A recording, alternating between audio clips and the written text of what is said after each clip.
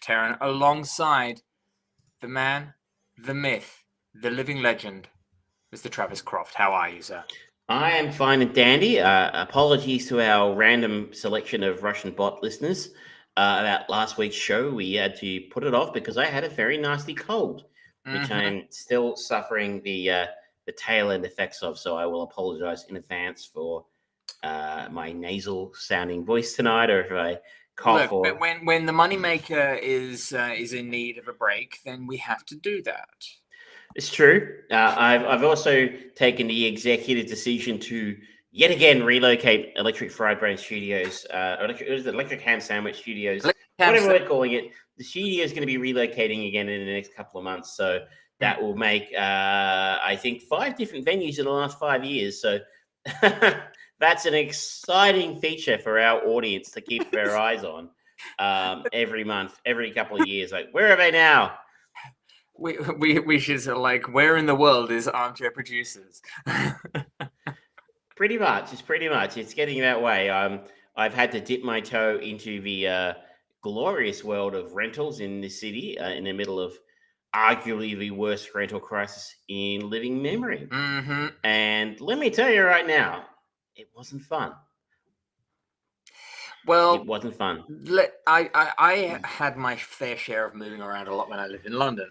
And yeah, that anyone who willingly moves as much as that, they've got something wrong with them.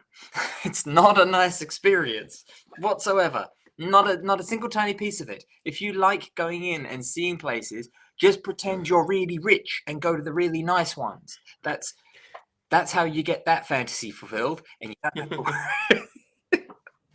I may or may not have done that for some penthouse apartments in Canary Wharf. Well, what's the difference between this apartment and a train, which I could also afford? Pretty much.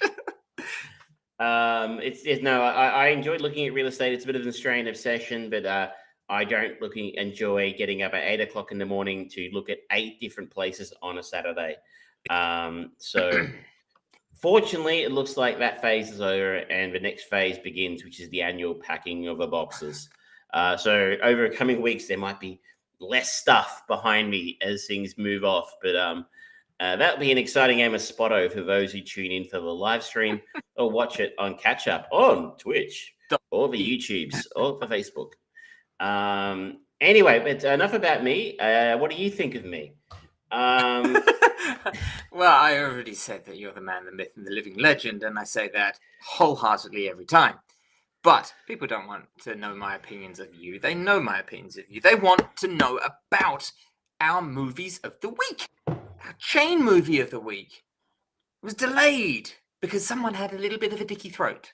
No, everyone wants to know about the most up-to-date movie that we have ever done for the chain movie. It's the 2001 Henry Selick, Brendan Fraser movie, Monkey Bone. Yes. We will also be talking about Jordan Peele's latest jam. Nope. No, we will. We will be talking about his latest movie. Oh, I see what you're doing. It's a funny joke. It's chortle.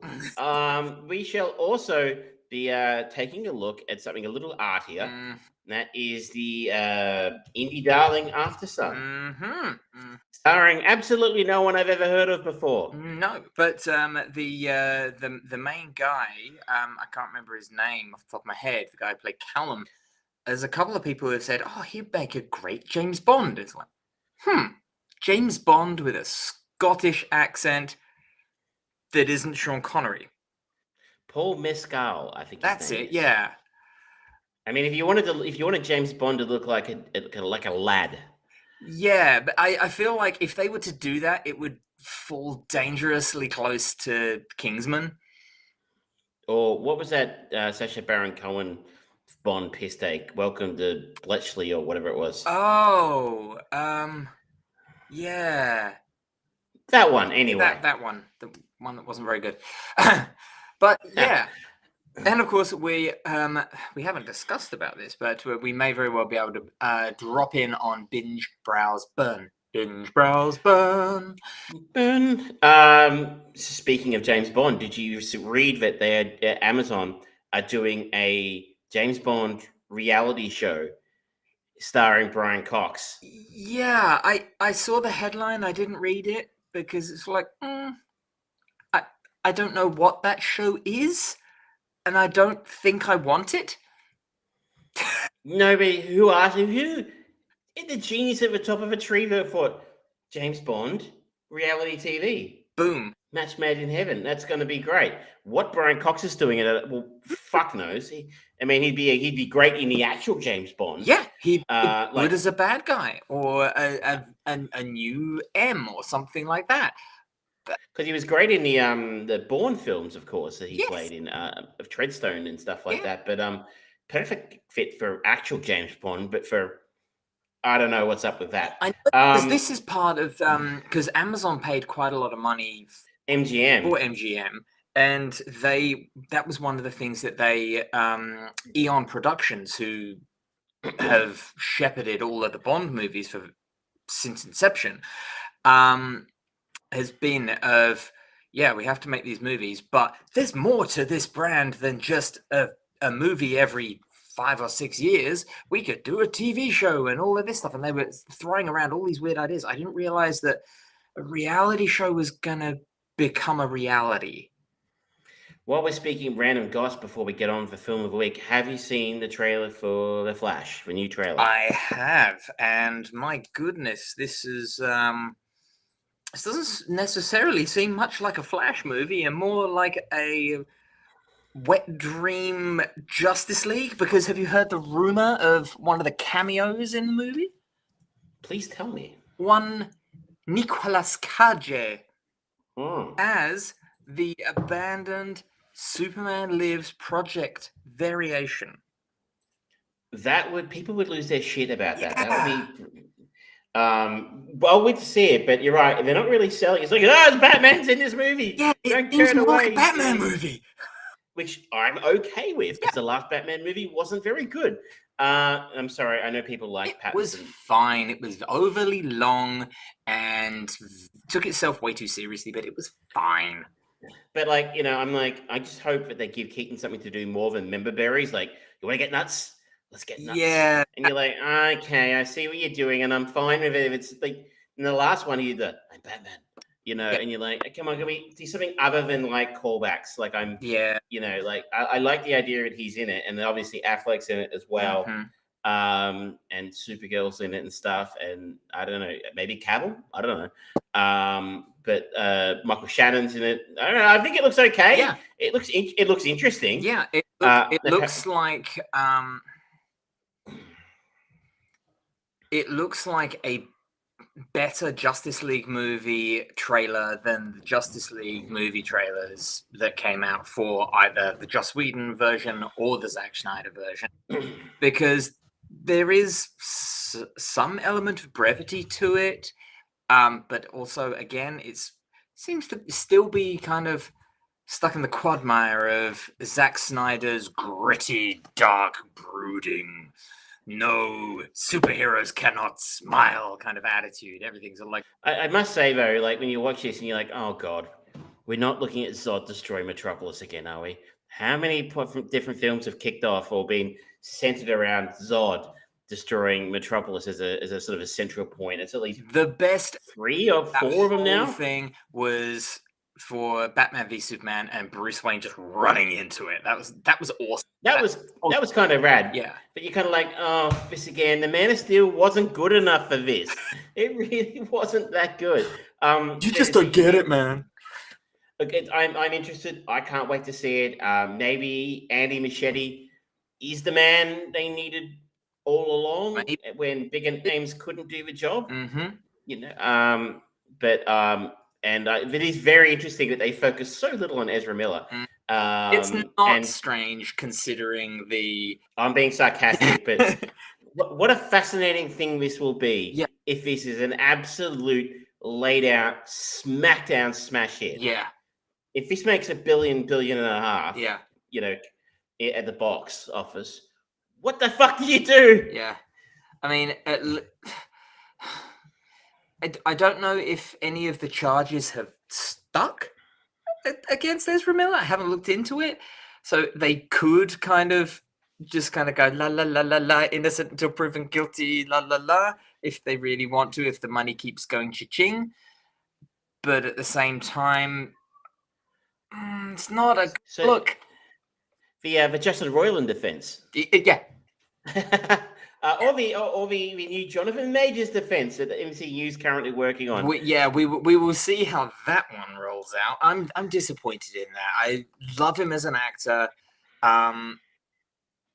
It's disappointing because I think he's someone who has the acting chops to be able to deliver a unique variation of the character. We saw some little elements of that through Quantumanium and Loki and the teaser at the end for Loki season 2. But oh boy, talk about if that fit hits the Shan any worse, they have got one hell of a problem, because they've told everyone what the name of the big Avengers movie is, and it's the Kang Dynasty. You got to recast. That's what you got to do. You show what you've shot, and then you recast. Yeah, I mean, damn. But we deviated for long enough. We deviated. This is our gossip. We don't do gossip much, but I thought there was some interesting goss there. Let's talk about 2001's Monkey Bone. This was my pick. And what was it about this pick that made you want to take a look? I had not seen it before. I remember when it came out, there was talk of it being a bit too raunchy and a bit too weird, and I'm trying to take the chain movie as an opportunity not only to go and to see quintessential classics or fantastic Oscar movies or anything like that, but just those unusual things that I'm generally a big fan of Henry Selick and Brendan Fraser. So this was kind of a piece out of the jigsaw that fit nicely in there. And why not take this opportunity? And it's got some interesting potential kind of deviation spots for to go from for the next link as well. And there were a lot of obvious choices that could go from last time's Grindhouse. This was following Rose McGowan to a much lesser known role than she's had, I suppose, is a diplomatic way of putting it. So I thought, why not? Opportunity. It's an interesting film. Yeah. Not a good film. No. But an interesting one. Yeah. It's an interesting collection of ideas that I would normally say something like in better hands could have been, molded into something quite compelling. But the hands that we're in Henry Selick, as you sort of said. For those who don't know who Henry Selick is, most famous for actually directing Nightmare Before Christmas. Yes, Tim Burton was the producer, and I think he wrote it. And obviously a creative force, but he was not the director. It was Henry Selick. Yes. He also directed Coraline, which is a strange and interesting and disturbing film. He directed James and the Giant Peach, which we talked about a few months ago, which I think was one of his lesser successful films. Definitely. But Henry Selick is a steady pair of hands when it comes to animation. Yes. And the film seems to take it kind of reminded me a little bit of Roger Rabbit. Yeah, it was almost as if like Roger Rabbit meets Nightmare Before Christmas through the lens of Terry Gilliam. It was a darker, raunchier story than Who Framed Roger Rabbit. Of course, that was about 13, 14 years before this. Animation and CGI come a long way since then. So having animated and live cast on screen at the same time, not quite the incredible technical achievement it was in the late 80s. Yeah. So it had that angle, I believe, the graphic novel it's based on, written by Kaja Blackley. Yeah. I'm probably pronouncing that wrong. Is a darker tone as well, but it's about people with button eyes, and I'm like, Henry Selick took that idea and ran with it. Well, button idea thing, that was Neil Gaiman's in Coraline at the very least. So I believe it's a darker, more sinister source material, which I think may have been the original plan. behind this, but it sounds like they got scared off from doing that, Yeah. and we kind of ended up with something that was not quite one thing and not quite the other thing. It's kind of didn't know exactly which of its masters to play up to. Were we going for a straight ahead family film like Who Framed Roger Rabbit? Yeah. Or are we going for something sort of quirkier and darker, which is kind of where Coraline lived? Yeah. And The Nightmare Before Christmas to a lesser extent. Yeah. And because it didn't really seem to know which way to swing, it just kind of ended up being neither. Yeah. Now, storyline for those who do not know. In a coma, Stu Miley, a cartoonist who created a comic book strip called Monkey Bone, which features a rascal monkey, he finds himself trapped within his own underground creation and must find a way to get back while racing against his popular but treacherous character Monkeybone. Naturally, Monkeybone himself is there, and he and Stu quickly start fighting like cats and dogs. When Stu realizes that his sister, due to a pact they once made, is preparing to pull the plug on him, Stu makes a deal with Hypnos, the god of sleep, to help him steal a golden ticket from death themselves. But when Monkeybone takes over Stu's body and escapes to wreak havoc on the real world, Stu has to find a way to stop him before his sister pulls the plug on reality forever. Mostly? Sorry. Yeah. I was going to say, the comic book is based on a comic book called Darktown. It was written by Kanja Blakely, illustrated by Vanessa Chong, and published by Mad Monkey Press. Mm-hmm. The journey from comic to film was initiated by a fan of the comic book, a member of a San Francisco animation community, who, without Blakely's knowledge, passed a copy of Darktown onto one of Selic's producers. Selic fell in love with the book and vigorously pursued the rights.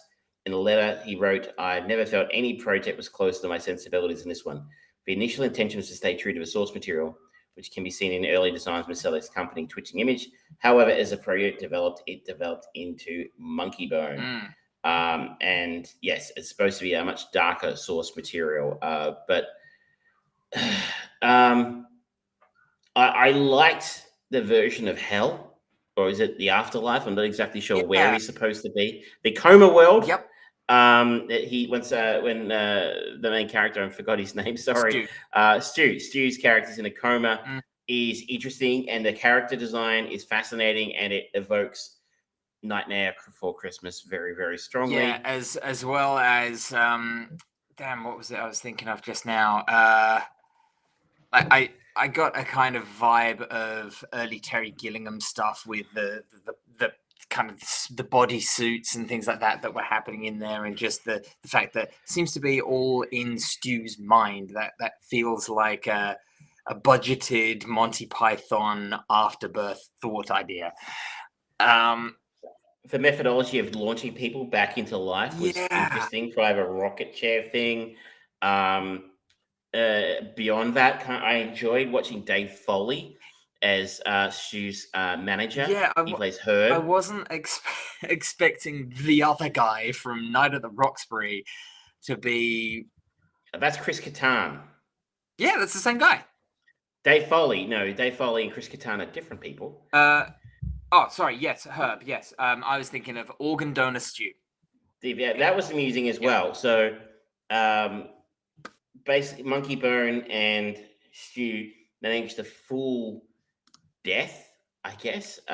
We played by Whoopi Goldberg in a role I don't think really suits Whoopi at all.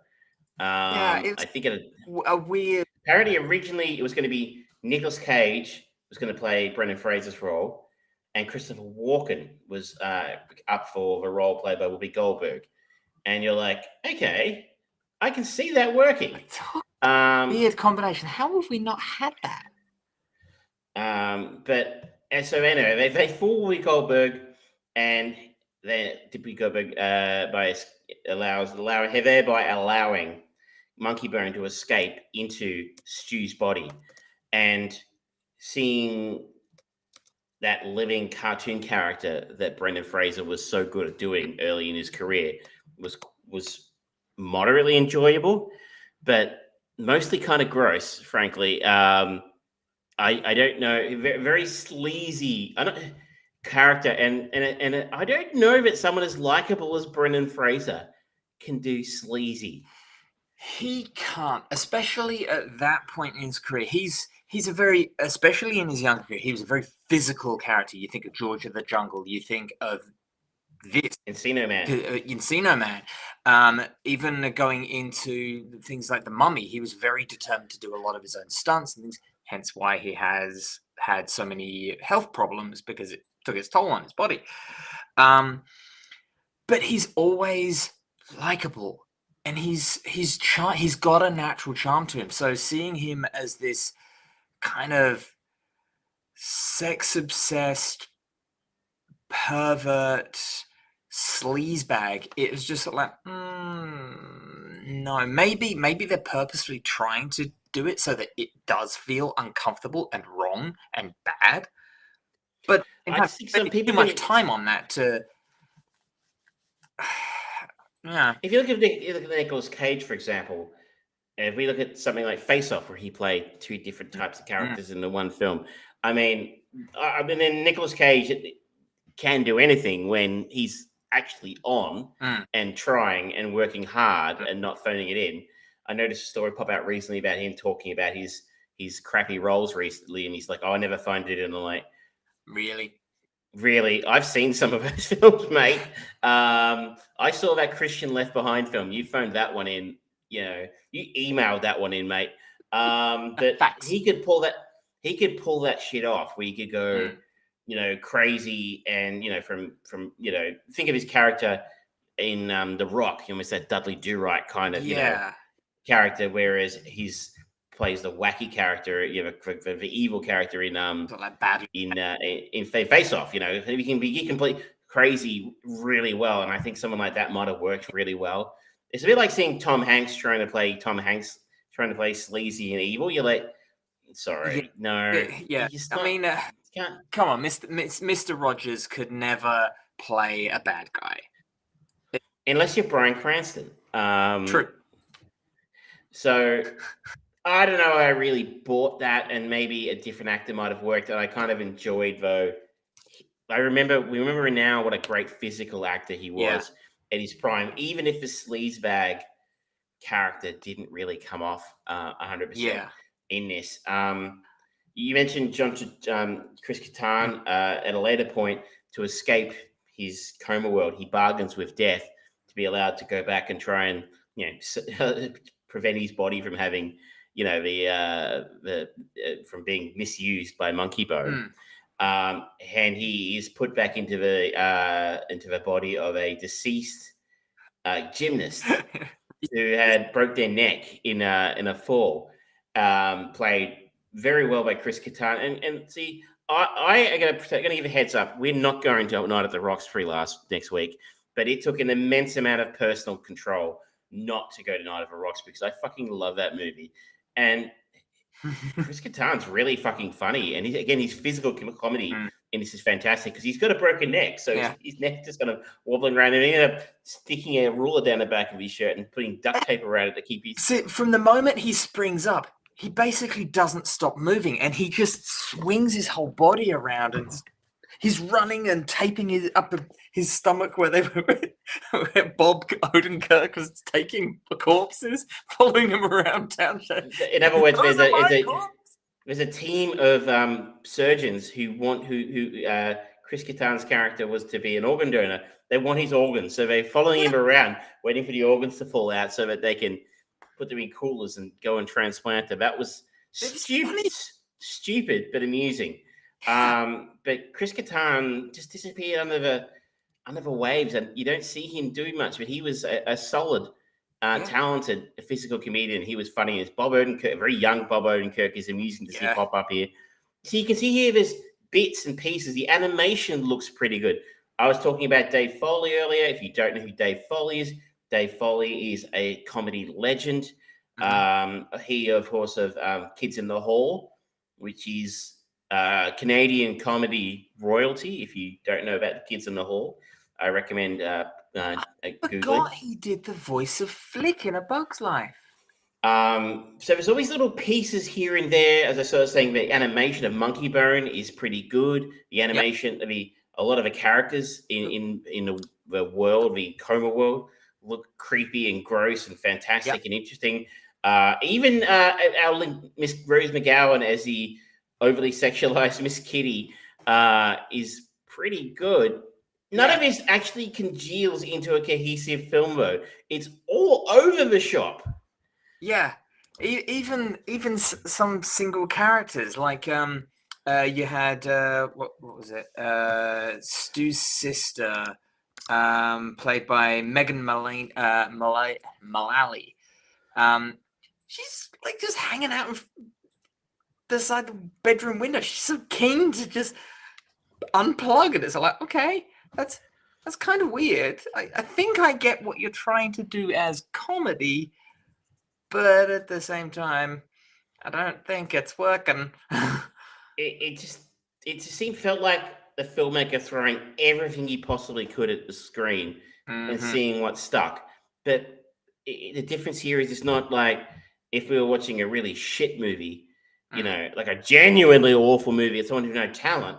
All of that stuff if throwing at the screen would be terrible. The difference here is it's actually pretty good, but not pretty good. It's got promise. It's got potential. Some of it works, and you can appreciate some of the quality of what he's doing. But like none of this makes sense. It's like serving me eggs with marmalade plus chili paste. You know, just like these are all fine ingredients by themselves, but put them in together. You know, nobody wants that. So that's just didn't ever. I don't know about studio interference, you know, or he just didn't know a film. I just don't think this film had an identity. I don't think they knew what they were making when they started, and that's what they ended up doing. They ended up doing Seven Get Steals, either or. It's just is. And we haven't mentioned one of the writers of this is Sam Hamm, who famously wrote Batman and Batman Returns. So Batman Returns isn't a very good film, so you know that's 1 for 2. Sacrilege. I know that film's received a little bit of a historical revisionism lately of people going, well, you know, actually it's quite good. I'm like, no, I saw it at the cinema a couple of years ago. It's not good. It really makes absolutely no sense. Doesn't. But obviously, I'm guessing he's a friend or a colleague or someone that knew Tim Burton or liked to work with Tim Burton, because those, of course, were the 2 Burton Batman films. Yep. And from there, he ended up doing a film like this with a fellow collaborator of Burton's.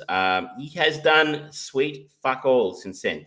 He has not written one feature since Monkey Bone. Yeah. But, it wasn't terrible. I just feel like looking at it, it's just such a hodgepodge.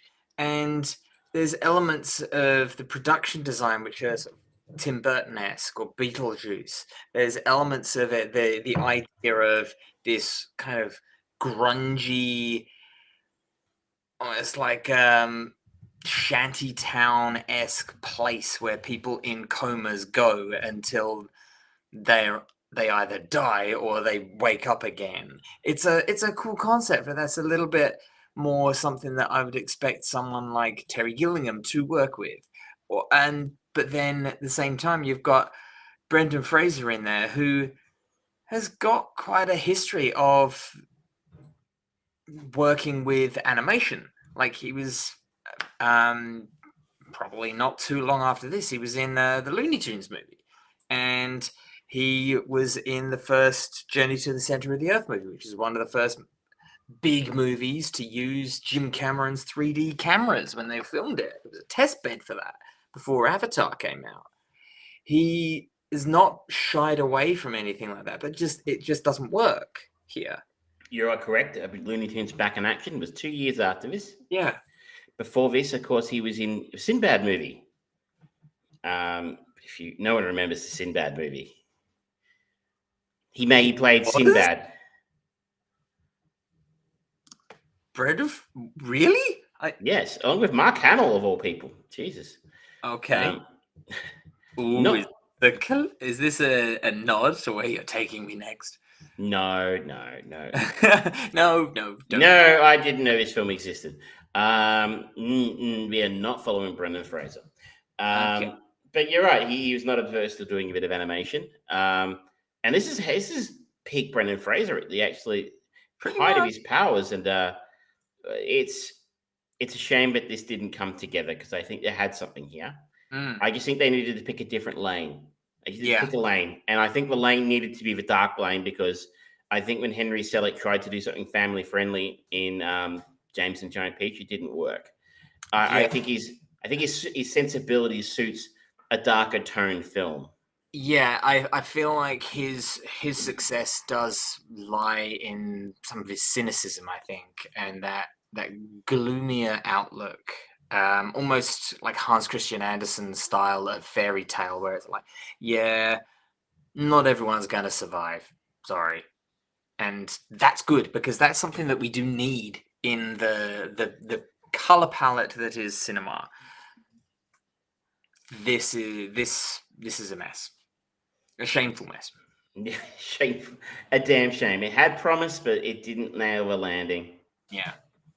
So the keys are yours, good sir. Where are you taking? I am going to do the opposite of what George is doing, which is George is admirably taking us to some strange and unusual places, Right. where he's lifting cinematic rocks in the garden and looking at what murky little things lie beneath them. Keep it standing up here, people. And I am going to follow John Turturro. And We're we're gonna going to get the get. Transformers then. Oh, you don't mess with it so hard. No. We are going to though. We are going to actually one of those acknowledged classics, masterpieces of cinema. Mhm, This time around, mhm, because I've been wanting to watch this for a while. Again, mhm, I saw this like 25 years ago, so I don't remember much about it.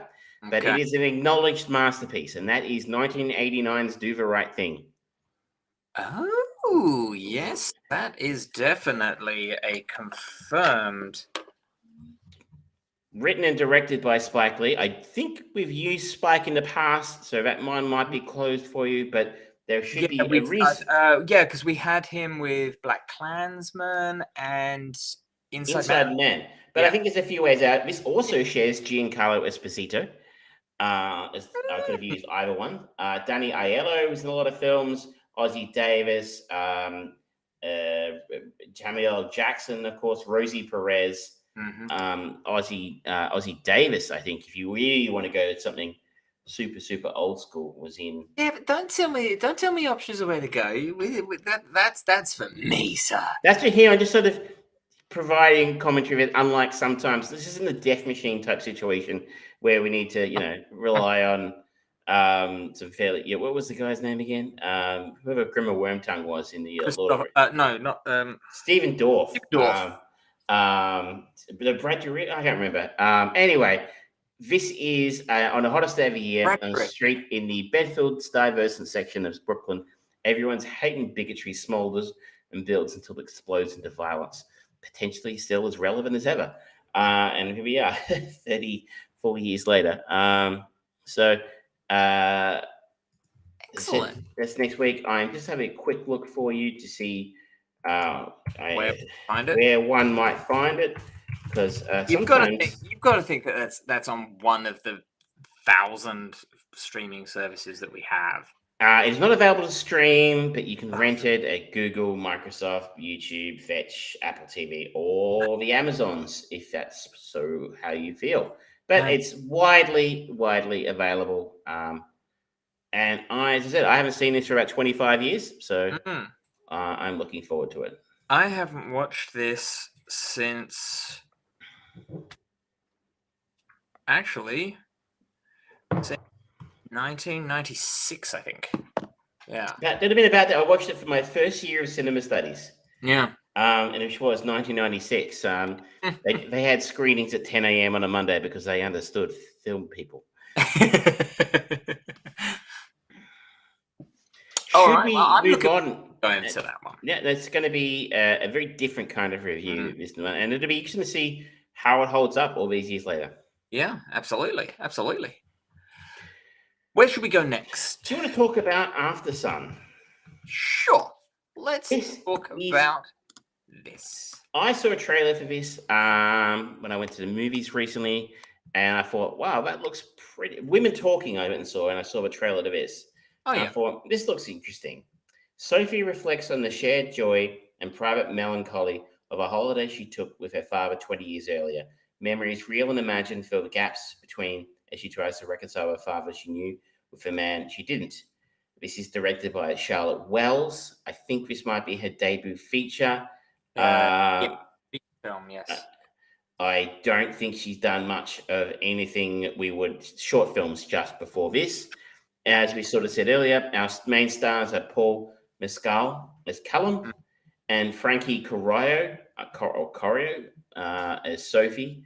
I grew up in Corrio, so she's got a banging name, unfortunately named after a very average suburb.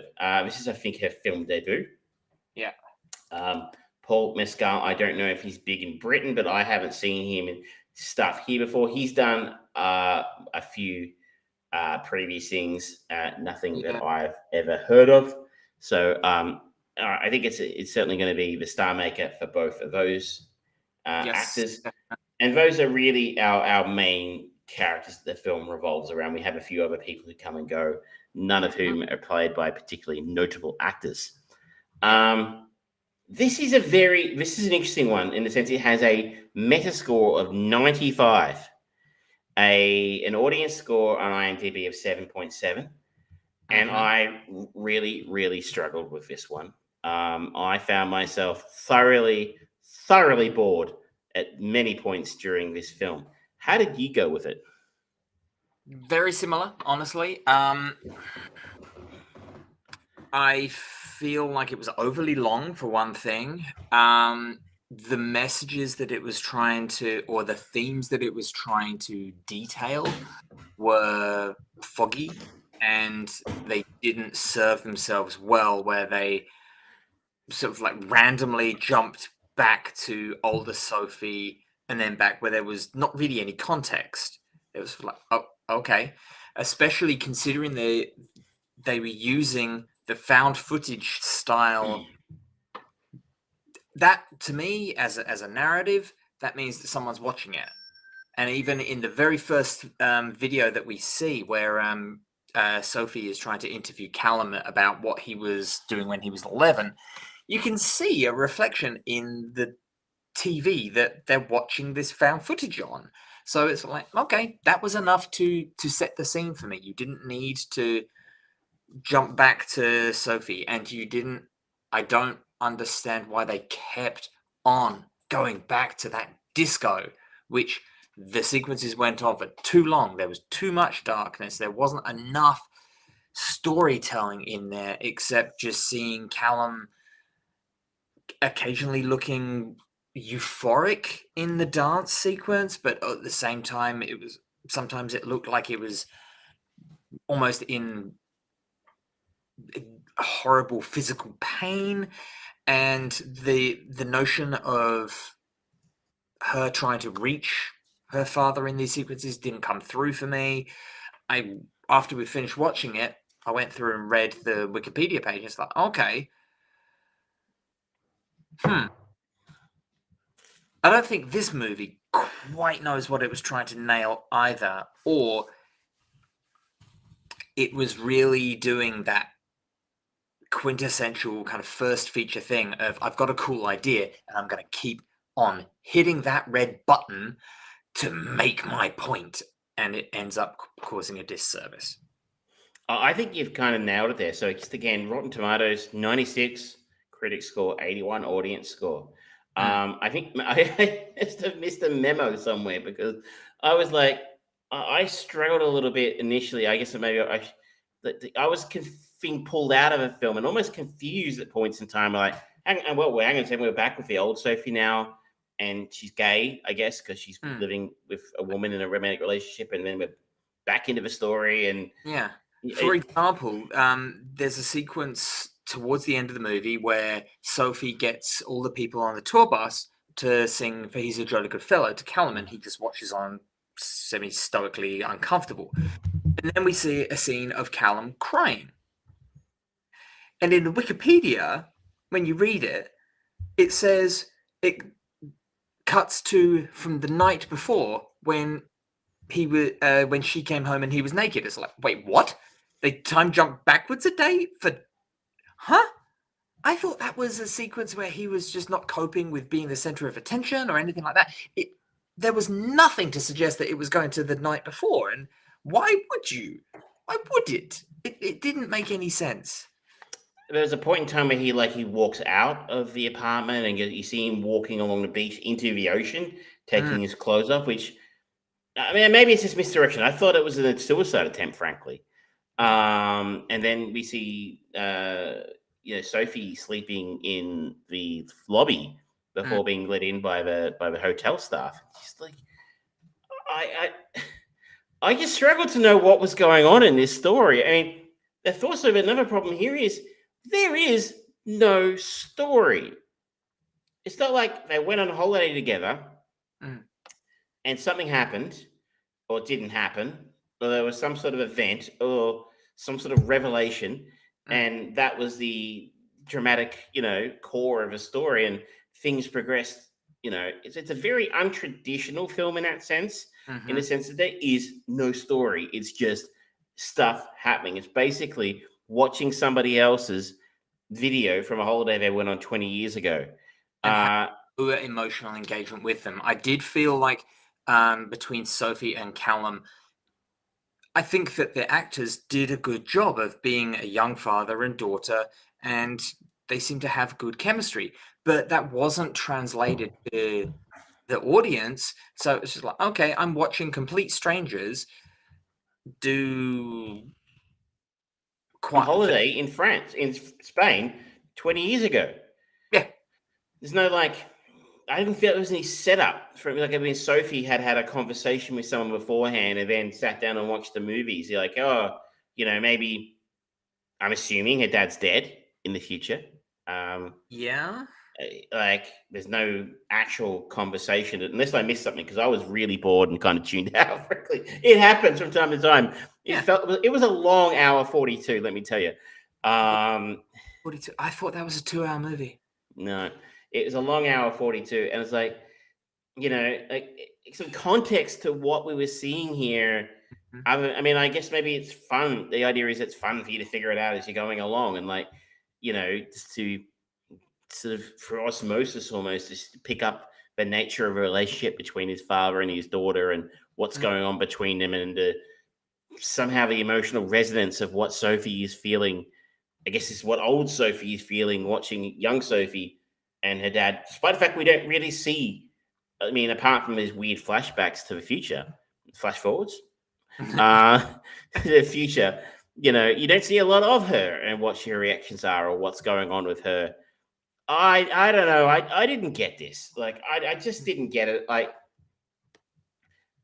think you need to be super, super talented and really, really tight production, and it takes a lot of skill to tell a story in a film where there is no story. Yeah.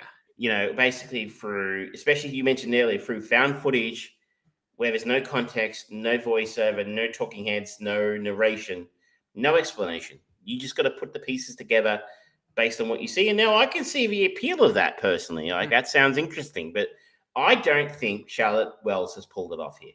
I think maybe if they had kind of framed it better, like the opening with the title sequences, the A24 and Tango and all that stuff, it's the sounds of the mini DV cassette tapes being loaded and ejected and things like that. I almost feel like it would have been better to not have that and just have audio of adult Sophie and her partner having a conversation about how Sophie may be suffering from depression, and just something to just go, my dad dealt with this. I remember what it was like as a kid. That's very, very kind of paint by numbers, but at least it gives us some context. And going to the pre-end where the camera just pans round from the TV round to her and then on. It's like, okay. So a critic on Rotten Tomatoes said, led by Frankie Correa's tremendous performance, and I will pay that. She Yep. is a wonderful young actor, and I think Paul Mescal was very good in this as well. Which is weird. Like I'm here, I'm really sticking the boots into this film. I didn't like it, but I think the performances were excellent. I think the fault here lies with a writer and director. Those two actors you will see in other stuff, I would imagine, and Paul Mescal was nominated for an Oscar for this, and well deserved in some ways, despite the fact I didn't like it. After Sun definitely ushers audiences to the intersection between our memories of loved ones and who they really are. That is an interesting synopsis for a film. The audience says you'll need to settle in for a movie that's on the slower and subtler side, and After Sun does a brilliant job of portraying depression, and Frankie Correa was great. Again, Frankie Correa, no problem with her. I don't know that it did a great job to portraying depression. At points in time, I think I could see what it was going for with that, and I liked. I think you and I are two people who have had, our encounters with mental illness in the past, and I think we like to try and be advocates for especially for men with mental illnesses. It's not something that traditionally men do well. We don't talk about it, right? Like, we go drinking or we do something else that's stupid, and so if you want to see men drinking and doing something stupid, just go back to watch me in our 2020 episodes. It was basically a public service announcement. But I don't know that I got a whole sense of that. I just kind of got sense of a regular single dad on a holiday in Spain who had a couple of bad nights. Initially, I first got the feeling that this was almost a chronicle of young Sophie being traumatized by being on the last holiday with her dad, and her dad committed suicide on the holiday. But then fairly quickly into the movie, the relationship and the genuine feeling of affection and love and care between the two, I realized, no, he wouldn't do that to her. So my thought ended up being, okay, maybe this is him doing it, working everything through to give her the best last memories before he went away and died privately. The last memory she has of her father, of this lovely holiday where they had a great time. But then the sequences that we bear witness to suggest him not doing well with that, which maybe that's the point, but it doesn't quite go there. And then there was a sequence where he pushes her to get involved in water polo, and we never see him. The camera just focuses on her kind of being left out while all these 25 to 35-year-old guys play around her. And so it made me think, okay, maybe he's not depressed in the sort of like the grandiose sense of the word, but maybe he's just mourning the loss of his late 20s and early 30s, where he suddenly found himself being a father when that wasn't his plan. But then there was a conversation on the boat about him sort of like being surprised that he made it to 30 and he doesn't see himself making it to 40. So I was like, okay, I don't think I'm keeping up with this. Sorry. And the thing is, I didn't want to keep up with it. I wasn't interested. Yeah. I didn't get enough. It wasn't enough meat on the bone for me to actually say, I know what's going on and I'm invested in these characters, because there was a couple of randos on holiday. Yeah. I'm sorry, After Sun fans. I'm sorry, Mick Academy. I'm sorry, Charlotte Wells.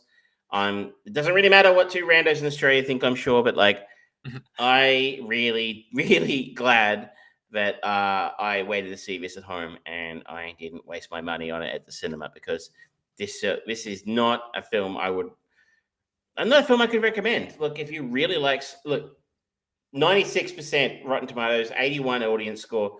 I guess the numbers say that you're probably likely to disagree with us, but you tune in for our opinions, not Rotten Tomatoes, and that's a no from me in this one. On the flip side, we have now recorded conversation about it with two random people in Australia, and now they've got After Sun 2 content. Mm. After so you can file it with Donnie Darko too, right? You know, Mm. it's just like 25 years. Sophie finally invents a time machine and goes back and I don't know. Finally beats that kid at the racing game. It was a hard watch, but Yeah. should we move on to something I hopefully think you found an easier watch? Definitely. And that is Jordan Peele's latest project from last year, Nope. Nope. Now, the first thing that I'd like to say about Nope is Daniel Kaluuya. Jordan Peele brings something extra out of that guy every single time. Daniel Kaluuya is a great actor, regardless, but every time I see him in a Jordan Peele movie, there's just something fresh that he is just exploring within the character that he is. Maybe it's just the showing the intelligence and the skill of writer that Jordan Peele is, that he just offers up such a great opportunity to Daniel. I don't know, but every single person in this, like Stephen Ewan, he's making a name for himself beyond his voice work now. And the first episode of Beef that I saw, he's a solid actor as well, really strong. But how does Daniel do it? How do they do it? And it's wonderful to watch, especially considering the character of OJ in this is bizarre, is so stoic. I think maybe like if you think about Christoph Waltz, right? He works so well with Quentin Tarantino. Like you can obviously tell that they love working together. And look, I mean, don't be wrong, he's done decent work outside of his films of Quentin Tarantino, but the stuff he does with Quentin just blows away the stuff that he has done with anybody else. Like that crappy Bond film, you know, the film we watched a while ago, but whatever it was, I don't know. But you watched a bit of a consultant. You know, it's just some people, some actors and directors just work together, you know, and they just click a little bit like Johnny Depp and Tim Burton did once upon a time before Johnny, you know, lost his stopped caring. Turn into a piece of shit who beats women. Maybe he was always that piece of shit. I don't know. But you know, there's some people just work better with certain actors. And so Daniel seems to be just Jordan's muse. He's just a fantastic actor. I really liked him in Black Panther. I thought he was fantastic in Black Judas. Judas and the Black Messiah came out a couple of years ago as well, which I think he got an Oscar for that, if I'm not mistaken, or at least he got nominated. He's a really fantastic up and coming actor. He did win an Oscar for that. So, and look, I think he was fantastic in the Black Mirror episode he did, which is where I first noticed him. I think that was my first introduction to him too. 15 Million Merits, I think it was. So you're right. Jordan, I think, might be the most interesting director working today. I say interesting. I think the best director working today, arguably, is Denis Villeneuve. I didn't like Dune that much, but geez, he did a good job with it. You know, and I obviously, I love Quentin Tarantino. We know that, but like maybe his best work's behind him now. Same with Martin Scorsese, Chris Nolan. Jury's out on Chris after Tenet. So you know, I think it's Denis Villeneuve, but I think Jordan Peele might be the most interesting because, like, Us, I really fucking liked Us. Like everyone liked Get Out, and I think Us divided people, and I think Nope divides people as well. I like the fact that Jordan Peele has come out of kind of comedy background. The people just, I don't think anyone was looking at Jordan Peele and thinking, oh yeah, he's going to be one of the most reliable, consistently high-performing directors of the 2020s, or of the from 2000 onwards, and he's going to be sampling in different environments. Like, you get those people who do come out and they make a great debut movie, and they get that stink on them, and they have to do that similar thing again and again and again. It's what happened with M. Night Shyamalan for much of his early career in particular. There's a lot of similes between M. Night and Jordan Peele in that M. Night was kind of jumping from different genres to different genres. You know, The Sixth Sense, to Unbreakable, and things like that. Yeah. And Jordan's doing the same kind of thing, but he's bringing in a lot more social commentary as well, which is really nice to have in a movie, because it's not just about that social commentary. He's using it to inform in a way that George A. Romero did with the original Dawn of the Dead. This is a lot of stuff. I'm a huge fan of George Romero, but I'm going to go out on a limb here and say I think Jordan Peele might be a better filmmaker. Yes. It certainly helps that he's got more money behind him than George Romero ever did. Yes. You're right. Well, I mean, I guess all three are based or sit comfortably, I guess, in what would largely be called the horror genre, in one way, shape, or form. Maybe sci-fi horror in Nope, but I think it's got suspense. I think what's interesting is you look at a film like Aftersun, and it had an 81 audience score. This has a 69 on Rotten Tomatoes, and if we look at IMDb, it has a 6.8 rating on IMDb and a 77 Metascore. What I love about Jordan Peele is he is unafraid. Yeah, actually and this is maybe the opposite of the flip side of what, in respect to Charlotte Wells about Aftersun. She was doing something that was a little bit out of the norm, in the sense making a film without a story. She didn't pull it off, but I'll say respect to her for trying. I'm assuming her pronouns are her. I don't know. But I think that Jordan Peele does something similar, and that he tries to do something that's really quite radically different to a standard Hollywood horror film. These are not your Blumhouse horror films. They could be made by Blumhouse. I don't know. They are not. But, you're not getting Megan here, which I thought was a fine film as well. But they are by Blumhouse, it's just generally by the numbers. Jordan does stuff that is a bit different. And you called it, he's got a social commentary angle in there. But it works on a lot of different layers. And they support repeat viewings. It's the second time I've seen Nope. So people who are regular listeners, the first question is why, really. But the second point to make there is, you might have heard me talking about this, I think, last year or earlier this year. I can't remember. Would have been last year, I think. So we won't go over too much ground, because I think I really like this. The residents of a lonely gulch in inland California bear witness to an uncanny and chilling discovery. That is an understatement. After random objects falling from the sky result in the death of their father, ranch-owning siblings OJ and Emerald Haywood attempt to capture video evidence of an unidentified flying object with the help of tech salesman Angel Torres and documentarian Atlas Holst. I'd like to call out Atlas Holst just for a start here. Played in a very rare appearance by the inimitable Michael Wincott. And he's fucking great in this, by the way.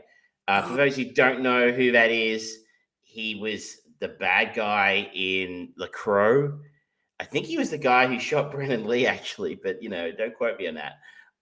He was in Robin Hood, Prince of Thieves, this guy Gisborne, going back 30 years now. Like, why an axe?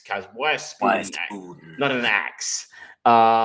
He was in Strange Days, which I think we had as a chain film a while ago as well. He has that guy, that incredibly gravelly voice. And he doesn't pop up much anymore. I think actually shooting Brandon Lee kind of set him back a bit, but he's fantastic in this. But aside from me saying Michael Wincott's as Atlas Holst is fantastic.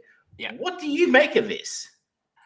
I love the originality of this. There was, I kind of got that this was the first of Jordan Peele's movies where I got that feel of Shyamalanism coming through, because of one simple fact: the creature reveal. was so much in line with. There's that sequence in Signs where there's that children's party and someone's got a found footage video camera, and it's like, oh, there's something from behind, and you suddenly just see the creature move, and it's just a very androgynous, creepy looking neutral grade creature, and it's like, oh my god. And it was so simple and so small, and you rewind it, and you're following Joaquin Phoenix as he's rewinding it and looking and wanting to see a goddamn cloud. It's so brilliant as an idea. And then when you suddenly, like when Brandon Perot as Angel Therese just says, "Tell me when you see it," it's like, okay, what is it? And you're kind of looking everywhere to see if you can see a spaceship moving, or something just suddenly appearing, or the tree line moving, or something like that. And then you say, the cloud's not moving. Simple, brilliant, wonderful.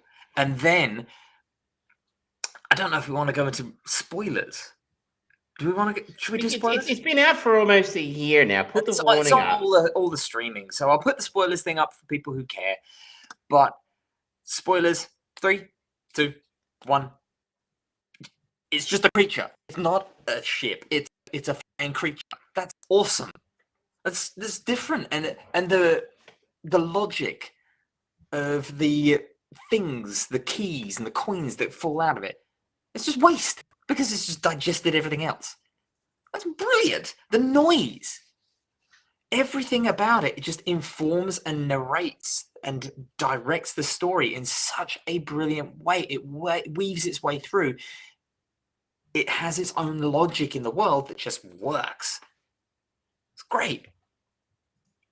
Again, and this film works on layers. There's all sorts of levels. You could just watch this as a monster film, and it works fine. Yeah. I think there's some stuff going on beneath the surface here about spectacle. Jordan Peele's talked extensively about how he wanted to make a film about spectacle, and the whole idea of everyone trying to capture this thing on film so they can sell it. And then you juxtapose that against the sort of a sub story between Stephen Yan and the chimp. And I think there's something to be said in here about the exploitation of animals for entertainment.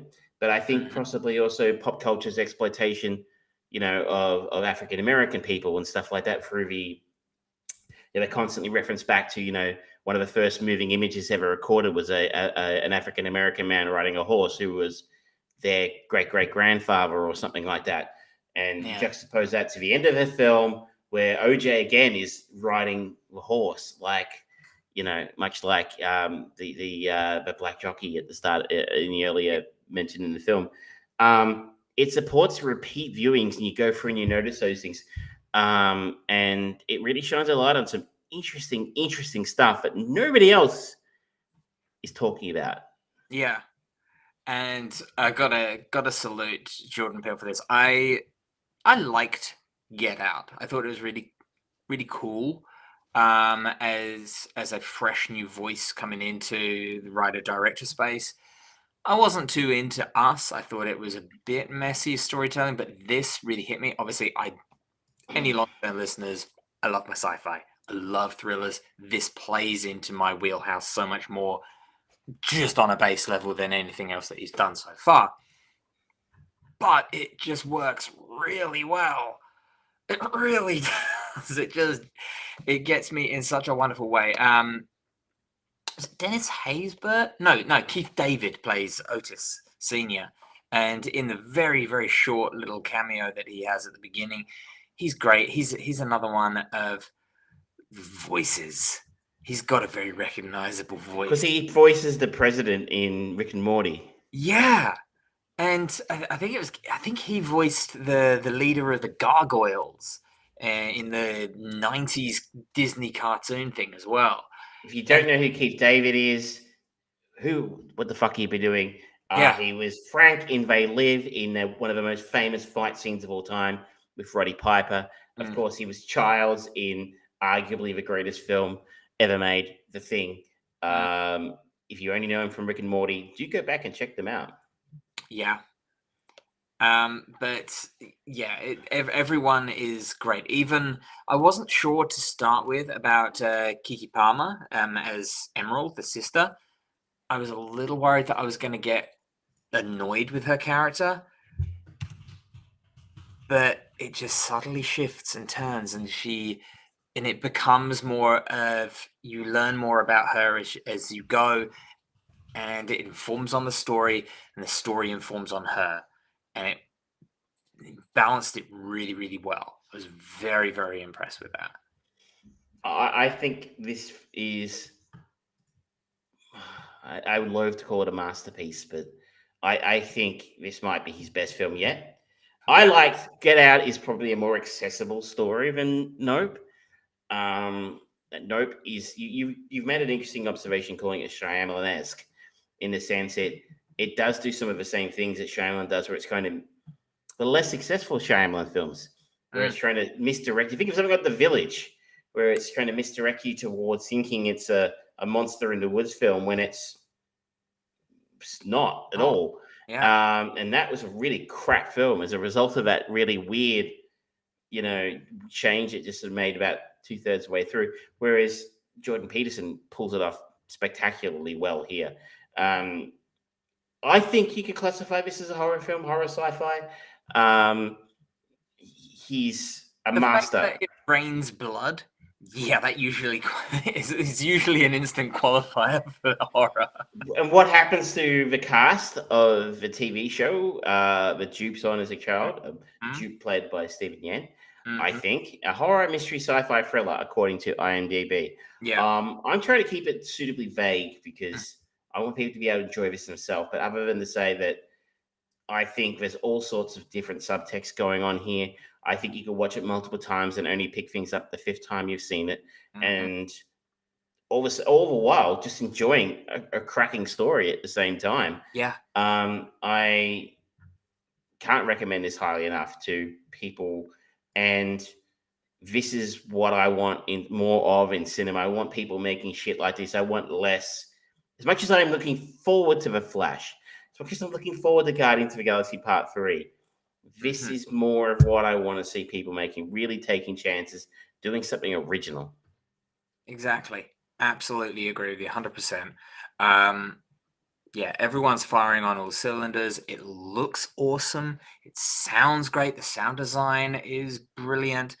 And it's been bandied around for a while now that Jordan Peele was a name that was going to do the Akira movie. It was great that he got the Akira motorbike slide in there at the end. It was a cool little nod.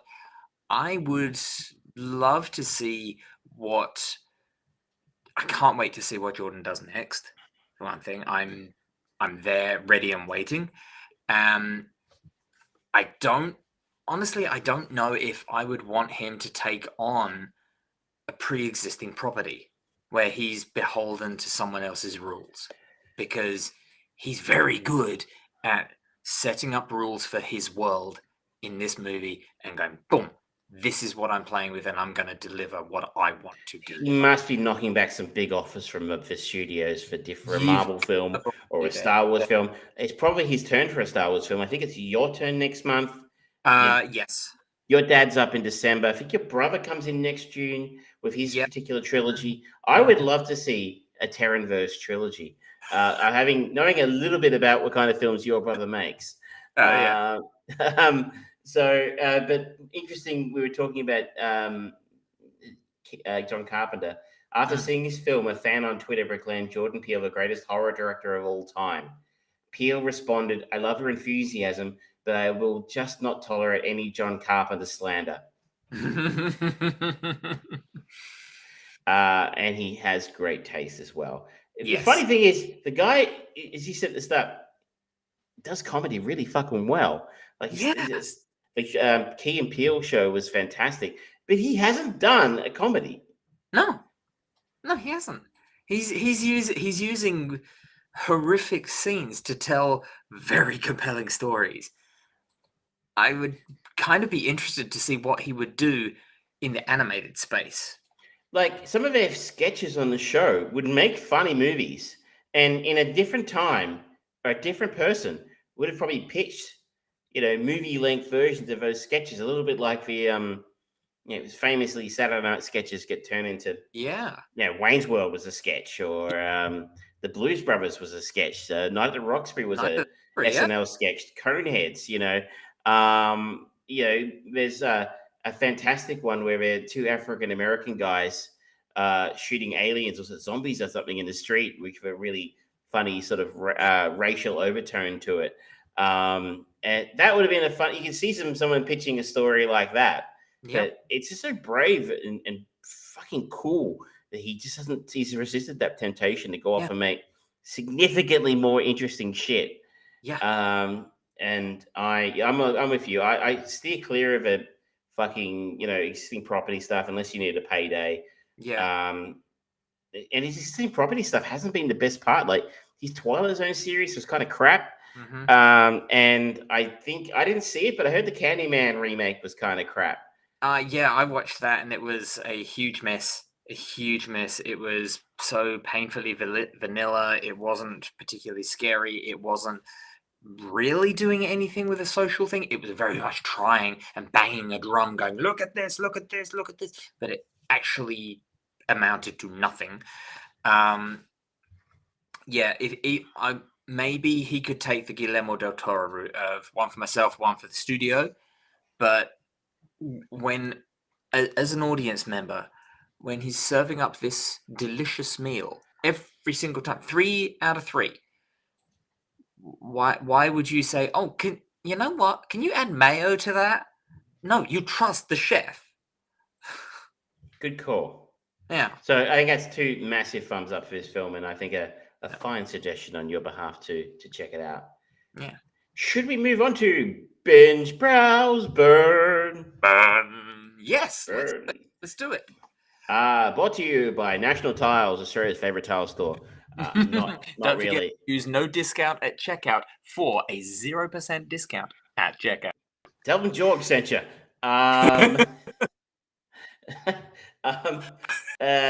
I would like to start with one you mentioned earlier, and I hope you've had a chance to have a look at it. I gave a quick preview of it a few weeks ago when we talked about this. I would like to come back to and talk about Beef. This is the latest Netflix series starring Stephen Yen and Ali Wong. Two people that are road raging and burrow into their minds and slowly consume every thought and action. I have now finished the season. There are 10 episodes. Have you seen any of it or all of it? I have seen the first 2, and I'm just looking for time. This is not a series that you should binge. It's a fact series, but it's hard watching in some regards. Funny enough, not only would I rate it a binge, I did binge. We watched episode after episode. This show is the best thing I've seen on television for years. That's a new thing I'll say I've seen on television for years. This is outstanding television. Brilliant writing, brilliantly acted, beautifully shot and put together. This is as close to perfection as I've seen on Netflix or anywhere else for a long, long time. I can't recommend it highly enough. As you sort of the synopsis there said, at the start of episode 1, no spoilers here, it's the first 5 minutes. Stephen Yen is returning a bunch of hibachi grills and a carbon monoxide detector to like a Bunnings type store. What do you use something like that for, Travis? Obviously, barbecuing large amounts of meat whilst remaining safe inside and not poisoning yourself with carbon monoxide gas. He's trying to kill himself. But whilst trying to reverse out of his parking space at the hardware store, he is cut off by a white Mercedes SUV, and he honks at them. They flip the bird at him, and it turns into a chase through the neighborhood for no particular reason, just pure bloody mindedness. And this sets up this road rage incident destroys both of the lives of the drivers involved in this, those being Danny, played by Stephen Yen, and Amy, played by Ali Wong. Danny is a contractor, a lowly contractor. Amy Lau owns a plant store or something. It's been bought by a big company in the process of being bought by a big company. She's married to an artist who's not living up to his dad's artistic standards, his late father's artistic standards. Danny lives with his brother, and who is lost, and he's involved with his criminal cousin, Isaac, played by David Cho. And they just weave this horrible web, making bad decision after bad decision after bad decision. And just when you think they're about to break out of this horrible cycle of revenge and upon revenge, they get sucked back into it to the point where by the end of the end of the season, some shocking things have taken place in the name of this feud that started so simply over a car park incident. That it's, if you track it back to something where it started, like, that is ridiculous where it ends up. And the final episode, I'm not going to spoil it for you. Initially, I thought it was maybe a little bit too. It was really took it down a number of notches. The pace of the show, and I thought maybe it slowed it down and got a little bit too esoteric. But upon reflecting upon it for a day or so, it's one of those shows that really stays with you in your head. I just thought, no, actually, I was wrong. The last episode is perfect. So not only is the show brilliant and compelling, and I have to know what happens next. The way they tie a bow around it, it 100% sticks to the landing. This and Severance, two of the greatest shows I think we've seen pop up in recent times. And I am a bit jelly. You get to watch the next episodes for the first time because you have got a treat coming for you. Yeah. And again, what great TV and movie, what great artistic work is coming out of the Asian American community. I'll say it again. Yes. So much good stuff coming out of them. Yeah, and that's the other thing of this is it's just so heavily led by people who don't look like me and you. It's great. It's really wonderful to see variety and see these absolutely incredible stories coming from it as well. It's, if you haven't got onto this, you do yourself a favor, check it out. If you're not sure about it, please take a risk on our recommendation. It's fantastic. This, like I said, I've only watched the first 2 episodes, but it is phenomenal. Stephen Yen and Ali Wong are absolutely incredible in their roles. It is, everything about it is fantastic. It is, I find it, I wouldn't say that it's binge in that I just want to keep on more. I have been slowly going through it because episode 1, I was like, okay, I need to digest this. I want to digest this, and then I'll move on. And it's I think you're right. It can be a bit much. Yeah, it's a lot going on in each story. Yeah, but yeah, good. What else? The other one I would like to go, this one's a real throwback, but I've only just really come across it in recent times. And this is one you'll find in Australia on the Binge service. Which is why it's quite ironic, but I would also call it a binge-worthy show. And that show is Difficult People.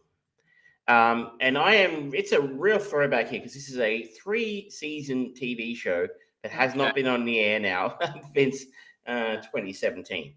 But that's the world we live in these days, right? Sometimes you dig up these old shows that somehow got cancelled way too soon, and you're like, why did they cancel? However, only 3 seasons. Julie and Billy, 2 jaded aspiring comedians who live together in New York City, navigate through their 30s while dealing with their individual careers and personal relationships. Stars created by Julie Klausner, starring Julie Klausner and Billy Eichner, of course. He's a bit of a star now. He was in Bros, which was a bit of a big release last year. Lots and lots of cameos throughout the life of the show as well. The other famous name here people might recognize is Gabourey Sidibe. She, of course, who was nominated for an Oscar for her role in Precious, going back a number of years now. It's one that's not.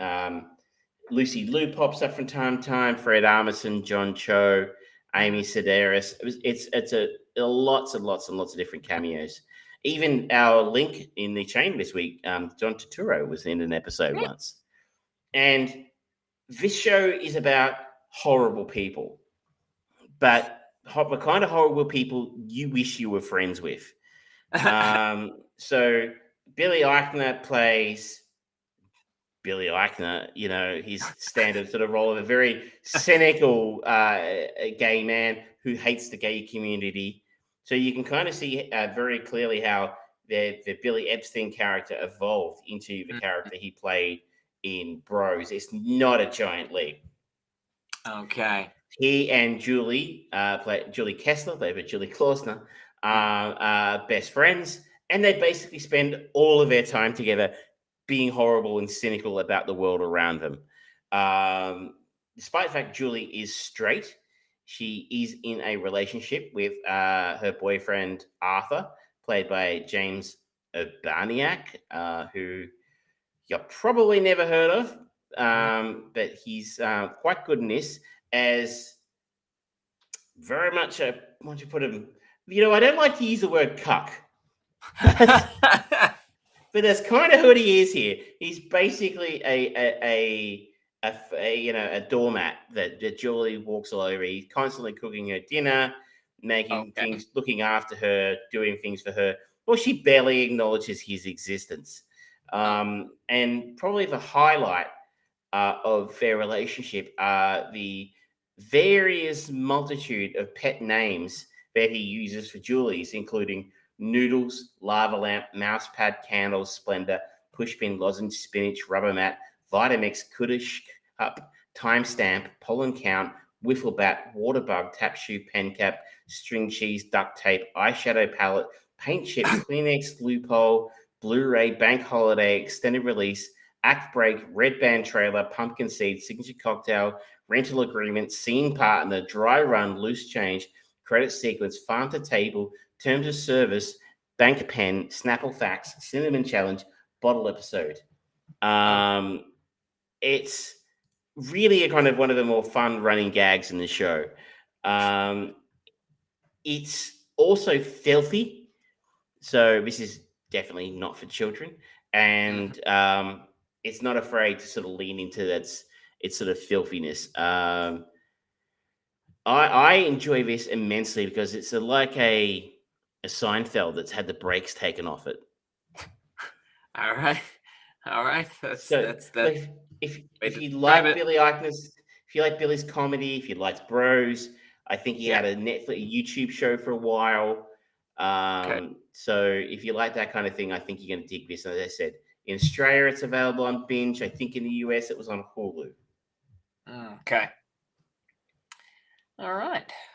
Well, the one that I would like to talk about on the end is one that you've already mentioned on a Binge Browse Burn, which is White Lotus. Is this season 1 or 2? Season 1. That's a weird show. And yes, it's really I haven't seen season 1. Yeah, it's really weird watching that show in the same week that I was watching After Sun as well, because in my brain I was having weird cognitive dissonance and mixing up which resort people were at. So I kept on, it's like I was trying to think back on it and going, wait, when did Jennifer Coolidge talk with the Scottish accent guy? Wait, no, two different things. That's all right. It's a really odd show.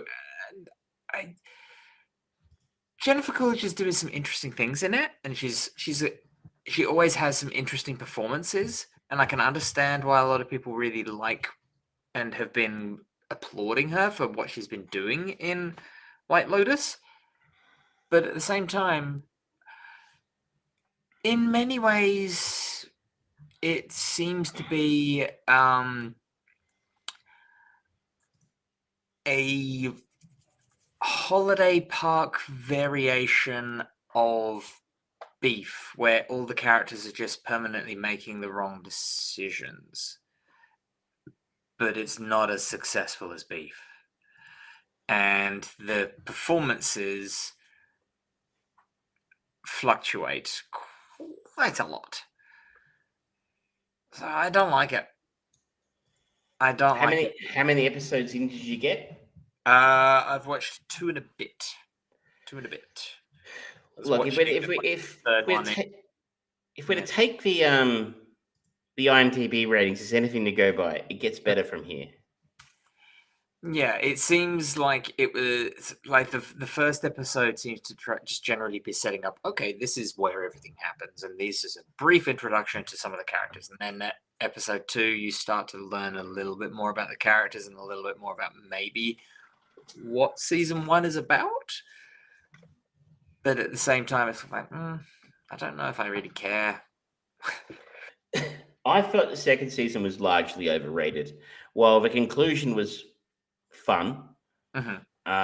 you kind of needed to really write out quite a bit of soap opera-ish drama Yeah, to get to that point. It seemed like a soap opera with an attitude. yeah. I'm trying And to do hard comedy as well. Like, oh, we're gonna make we want you to laugh about this or that. And it's like, nah, not gonna laugh about it. Sorry. yes, I have. Well, look, not having watched season one, I can't comment about it directly, other than to say that season two, which most people agreed was better, Hmm. still didn't grab me. It just Yeah. it felt a little bit, I said, too soap opera esque for me. There's going to be a season three. Apparently, it's going to be set in Thailand, Okay. and yes, so we'll see what happens Yeah. with that because people really like this show. Apparently And so. I don't want to spoil what happens at the end of season two in case you decide to give that a go. It's revealed that they're all made of Lego. They're all actually characters in a show written by Damon Lindelof that goes nowhere. Because I'd like to quickly mention season two of Yellow Jackets. Oh no. I am putting this in the browse category for now, and it's starting to push its way down towards the burn category because it has given me serious Lost vibes. I don't know. Did you ever get into Lost? Yeah. For the first 2 seasons, and then it's like, okay, do I That's have what to? everybody says. Everybody's like, the first season, this is sick. I don't know what goes on. And then you're like, season two is like, okay, you going somewhere with this? You going somewhere? Oh, you're not going anywhere with this, are you? You got no idea what's going on. Yeah, you don't even know where this is going. You've got a magic And 8 ball. then you're like, okay, I'm out. So that's what Mm. this is what Yellow Jackets is doing for me. It's not quite there yet, but Okay. it's pushing the envelope a little bit to go. Where's all sorts of mysterious supernatural goings on. I assume people know what Yellow Jackets about because I've spoken about it before. If you don't, you can Google it. Yeah. It's getting a real supernatural angle on the second season, and I find that very irritating. And it just sort of feels like, aha, well, we're going to solve mystery one, but we're going to introduce 2 new mysteries. And then, Mhm. that was exactly what Lost did for like the last 5 seasons. Like, we're never actually going to tell you what goes on. You're going to have to watch to the end. And you go, well, I may as well just wait until you finish it and watch the last episode then, right? Or just watch a YouTube synopsis that tells me what the fuck happened. Like, it's a shame because the performance is still solid, but it's Yeah. annoying. So I can't recommend Yellow Jacket season 2 right now. Okay. Oh well, it's a shame, but never mind. I think that'll bring it to the end of the show, ladies and gentlemen. Just under the 1:30, as we generally try to promise. But thank you very much for joining us this week. We were talking about the chain movie of the week, Monkey Bone, from 2001. We have got next week's chain movie is going to be Do the Right Thing, care of Travis Croft choosing that one. We talked about After Sun and Nope as our other 2 movies of the week. And Binge, Browse, Burn. You just heard Travis talking about Yellow Jacket. I was talking about White Lotus. We talked about Beef and Difficult People. Difficult People. Thank you. Yes. So next week, I think that it might be a little too early for us to be able to talk about Guardians of the Galaxy. I think that comes out on the 4th, so it might fall a little bit on the wrong day for us to. Yeah, I think it comes out on Thursday over here in Australia, but that'll be on the horizon some point soon, no doubt. And we'll have a whole host of new things to talk about. One of the things that I am going to request as a movie for us to watch is the new Apple TV movie Anna de Aramis and Chris Evans. That's the one. I was trying to remember which Evans in Ghosted, which looks like it could be forgettable fun. Okay, well, we'll see if we can find out for next week. Otherwise, we'll have a host of new cinematic goodies to talk about, hopefully. Indeed. Thank you very much, ladies and gentlemen. Good night. Good night.